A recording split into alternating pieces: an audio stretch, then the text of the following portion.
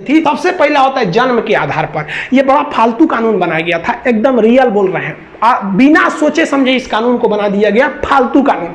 जन्म के आधार पर कहा गया कि कोनो भारत में आके जन्म ले लेगा ना तो भारत का नागरिक हो जाएगा। ससुरा पाकिस्तानी सब इसका मिसयूज करने लगा, सब 8-8 गो पत्नी रखा सब, और क्या करता था, सबको लोड कर देता था सब, अब भारत में छोड़ देता था, तो सब आके यहाँ डिलीवरी हो जाता था उन सबको। अब हमारा कानून है कि भारत में जन्म लेगा किसी का भी बच्चा वो भारत का नागरिक होगा, और ससुरा बड़ा होकर आतंकवादी बन जाता था, धाए धाए धाए धाए बम चलाता था। अब कहे से फिर ससुरा ही तो बड़ी दिक्कत हो गया।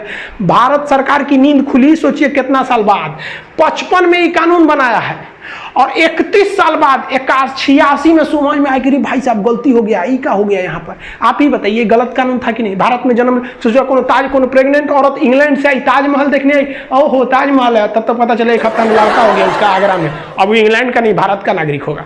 तो भाई इसमें पहले था कि किसी को भी दे दिया जाएगा, लेकिन सरकार अपनी गलतियों को समझी और धीरे धीरे ही सुधार आता है। हम लोग एक गुलाम थे, आज़ादी मिला तो क्या चाहते हैं, एक के बार आप आइंस्टीन बन जाइएगा। तो 1986 में हम लोगों ने एक नियम बना दिया। नियम ये बनाया कि जो बचवा जन्म ले रहा है ना भारत में, उसकी माता या पिता में से कोई ना कोई एक कम से कम भारतीय रहना चाहिए, तभी हम उसको देंगे नागरिकता। नहीं तो अच्छा हुआ, मिसयूज थोड़ा कम हुआ इससे। मैच की पाकिस्तान आतंकवादियों को घुसा दिया इस एरिया में, धड़ाधड़ यहाँ आतंकवादियों का पूरा घुस गया सब, इतना एरिया में आतंकवादी पूरा घुस गए थे सब। अब राजा हरि सिंह को लग गया कि अगर हम अपना देश बनाने के लिए चलेंगे ना तो मेरा परिवार भी नहीं बचेगा। तो भागे भागे आए नेहरू जी के पास, है नेहरू जी बचा लीजिए, हमको पाकिस्तान मार रहा है। तो नेहरू जी कहा हाँ एकदम बचा लेंगे हम। सरदार पटेल जी देखिए तो बचाइए इनको। तो सरदार पटेल कहे छोड़ दीजिए ओकरा, बड़का होशियार बनते थे, अलगे देश बनाएंगे, जो देश बनाओ, हमरा कौन चीज घटल है कि हम तोरा बचाने आएंगे, काय लिए बचाएंगे। तो हरि सिंह ने कहा कि महाराज पटेल जी बचा लीजिए। तो सरदार पटेल ने कहा कि 21 शर्त पे बचीबो, पहले तुम साइन करो किस पर, एनेक्सेशन पर। तो उसने साइन किया इंस्ट्रूमेंटल ऑफ एक्सेशन, मतलब विलय पत्र पर साइन किया 26 अक्टूबर 1947 को कि हम अब भारत में मिल रहे हैं। तो सरदार पटेल ने कहा इन होशियारी हुआ, अब हम सेना भेजते हैं। तब यहां से भारत में सेना भेजा गया और भारत की सेना उनको खदेड़ दिया यहाँ पर। और भारतीय सेना उस समय बहुत ही बहादुरी से लड़ी थी। सबसे पहला सीरियल रेडक्लिफ, ये भारत के विभाजन करने आए थे।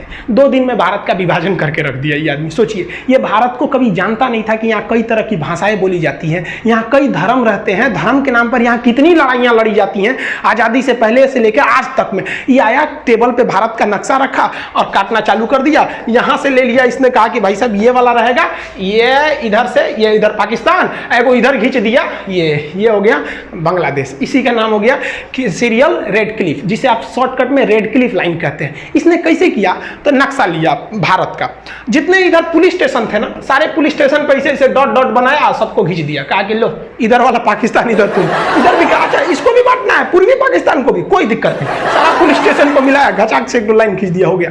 पता चला किसी का घर इंडिया में रह गया, खेत बांग्लादेश में चल गया, किसी का द्वारा इंडिया में है, आंगना चल गया बांग्लादेश में। अजब अजब कांड करके चल गया। अरे भाई इनका अपना रहता तब ना समझ में आता, यही कांड हो गया।